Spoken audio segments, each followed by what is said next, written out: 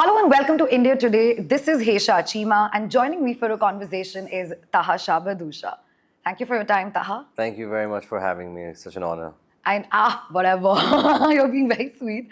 But I want to start off this conversation by actually bringing it back from the time when I saw Heeramandi. I remember texting you saying that you've literally blown everybody's mind, and you said that I made my mum really proud. Is it going to be fair to say that you're finally now living your mom's dream of being the successful, famous actor that you finally got on to become, which is through Heeramandi, and probably that could be your debut film because you revamped yourself with the series? I really hope that this is the first step to making her incredibly proud. Like you said, this is like a debut. You know, after 15 years of actually debuting again, Yeah. I feel that this is completely revamped myself. The audience has seen me in a very different light.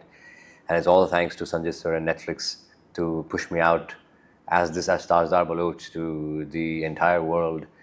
So, yes, my mom is, this is just the first step, to be very honest. And now the actual big journey actually begins, where you get to choose your films and, you get to be smart about it. You get to, just work with better and more illustrious individuals. So, yeah, that's just the first step. You know, you make it sound very simple and beautiful and easy when you talk about being consistent, but consistency sometimes can be really challenging because a lot of patience is involved with that. Of course, this is not your debut. You've been in the industry for a while, and that required a lot of consistency and patience. I want to know what kind of conversations you had with your own self when you were in that period of, say, struggle and then closing a project and then finally landing to be where you are right now. See, struggle is inevitable. Right, I think you have to keep talking to yourself. You have to have a mantra. I can, I am, I will. You got to keep saying that. You got to follow the greats. That's what I do. I have a group of. I have a. It's in my book, but I call it a wall because I'm putting it on a wall now. It's my wall of mentors, and it's like my board of CEOs.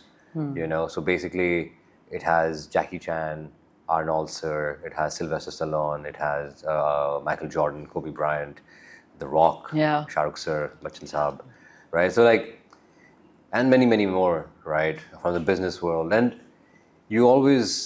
I look at them and I've read all their stories. I have followed them very intricately. And I believe that everybody has their own struggles. They've all gone through it, nothing new. I've not gone through anything new. But what is the only thing consistent in everybody is that consistency, and keeping faith and doing 10 times the action. So that is the only thing which actually kept me surviving in this industry, because this industry, the city, can eat you up. You can get lost in the city many a times. I also feel that I never made friends, right? I never went and hanged out. I never went for vacations.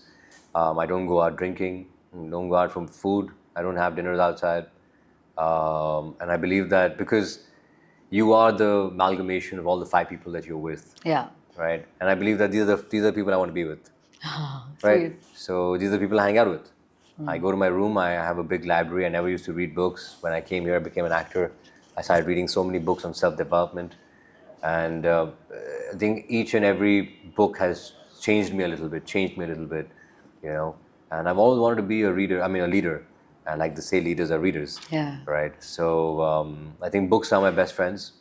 Hard work is my partner, and keeping that in mind, you just hope for that time and opportunity meets preparation, and then this happens. Yeah. But tell me, how do you navigate through your bad days? We're all great when it is a good day. It's a nice sunny day outside. We know how to sort of pull ourselves up. But then there are days when we're also irritated, complacent, sometimes jealous that why not me? How do you navigate those thoughts and then still be consistent? Because it doesn't matter what you feel. And nobody gives a rat's ass what you feel. Right? Who cares about whether you're sad or you're hurt or you're crying? What? Who cares about that? People want results. Yeah. That's it. Yeah. That's all is seen. No, you don't talk about the bad days in Heeramandi. You don't talk about who shouted at who in Heeramandi. You see Heeramandi. Yeah. So this is the result. Nobody talks about all of that. Nobody wants to know. Nobody cares, right? So end of the day, you have to get up, you have to train, you've spoken to yourself that I'm going to do this. You just get up and do it, because your feelings are always going to try and make you comfortable. Your Yeah. feelings are always going to say, oh yeah, today I feel like this, I feel great, I feel bad, oh, you know what, I leave in bed today. What? You've just lost your day, right? If you're sleeping in bed, there used to be a big poster in my room in the first 2 years when I was in, 3 years when I was in Lokanwala. So I was sleeping on the bed this way. If I turn left, there's a big poster which I wrote, ki if you're not training, somebody out there in the world is training harder than you. Right? Very simple. Somebody out there is training harder than you.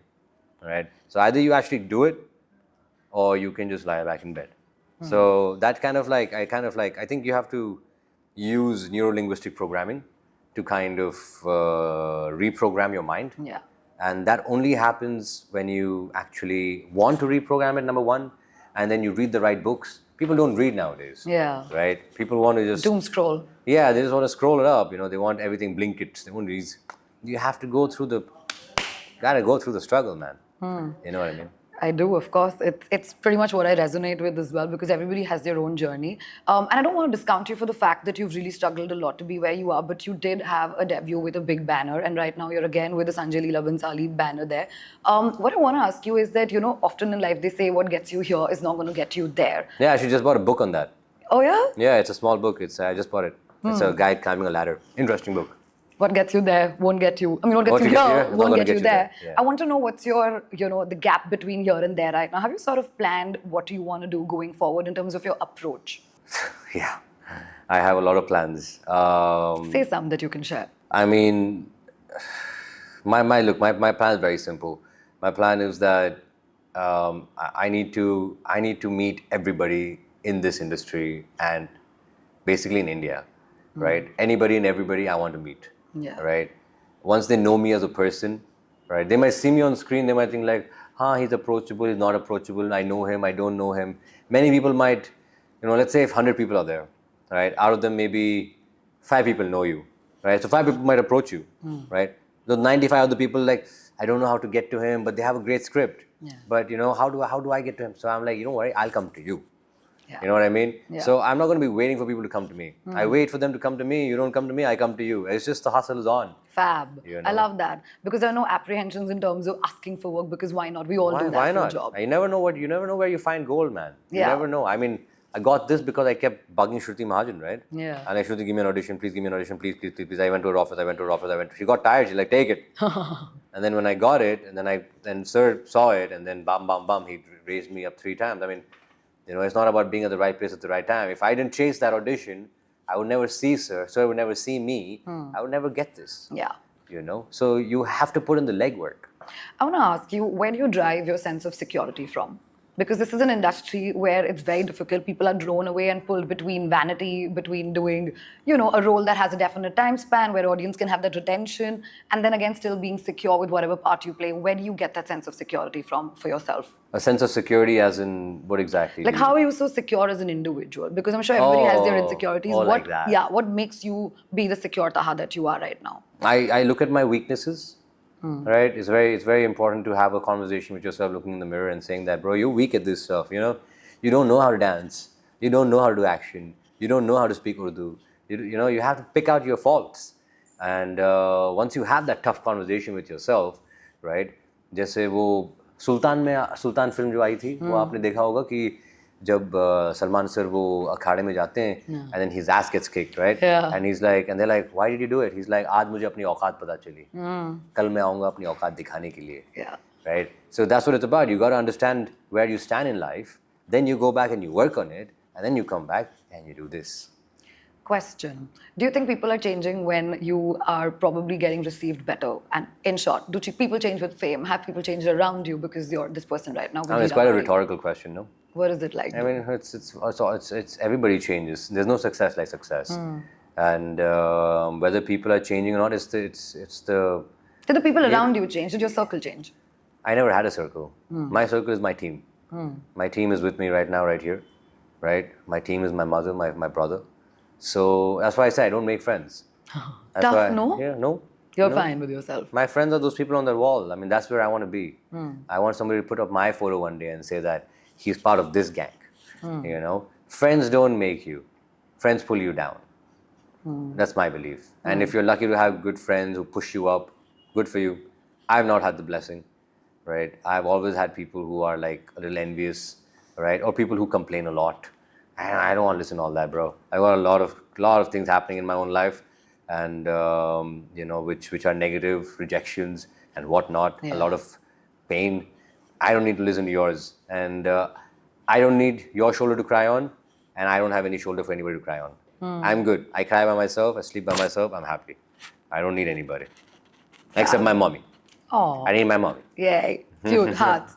Taha, tell me something. We're also in an industry where vanity is supremely important. We always often talk about this female actors, but so is the case with also men, right? Do you feel finally the industry has opened up to you as an actor and lesser looking at the way you look? I feel that this has given them an opportunity to look at me that way. Yeah. 100%. I mean, I have lost out a lot of things on having certain looks, because there's an understanding of you being decent looking, then you can't act, right? Yeah. So I feel that that mold has been broken, first by Taj, Yeah. and now by this. So now I just want to continue finding incredible projects. All those projects will find me. Yeah. You know, I'm just going to keep hitting my hands everywhere and letting the ripples form, and then let the ripples join together. You know, that's my job. My job is to throw the stones in, and then you never know what just like pops out. Yeah. So yeah, 100%. I feel that they're looking at me, and I hope that they're looking at me in a different light. Yeah. Right. And looks will come and go, bro, but like talent will always stay. Talent will always stay. You know, I have to bring this up. Something that really stayed with me about Tajadar was your death scene. You know, that particular thing. I don't want to give any spoilers. Everybody can watch it, but I'm sure it's out now. yeah, Everybody it's out knows. there. But anybody who's not seen this and probably watching the interview, no spoilers for you. But that whole particular scene, the depiction of it, I felt bad. Like, you know, you're somewhere down the line anticipating कि ये होने वाला है, but you don't want it to happen. And then before you can imagine how it's going to happen, poof, it's there. Break it down for me, that particular day on set and that particular scene. I was very excited to shoot that scene. I'm a big fan of dying. I'm really, really a big fan of dying. I've been telling this for years and years now. And I died in Taj, and now I died in this, and the next one also you'll see what happens. But that day on set, we were wearing that costume, and they tied up the rigs, and they put me upside down, and it was just a little bit of blood, and I didn't like the way it was happening. So then I just thought to myself, like, if I was gonna, what do I want the audience to feel? And I basically wanted the audience to be, I knew the character graph, so I'm like, I want them to feel like, no, but at the same time, no, because like it needs to be like so in your face disgusting. Yeah. His face and his thing is like, oh, what did you do? But at the same time, by the end of it, you need to cry.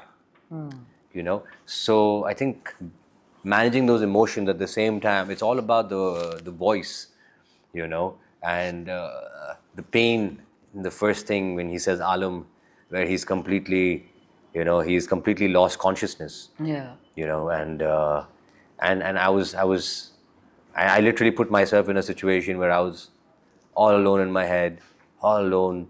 And for me, Alam was my mom.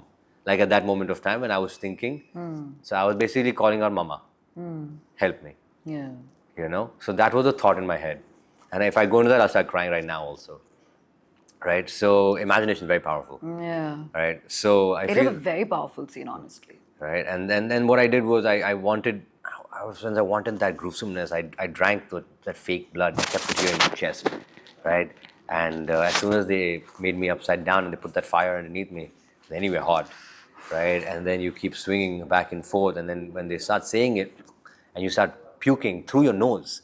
So it was actual puke mixed with the blood, with your boogers, right? Literally coming out through your nose. I mean, right? But I wanted them to feel that. Yeah. Right? And at the same time, I wanted the emotions to be, especially the Inqilab Zindabad 1, 2, 3. Yeah.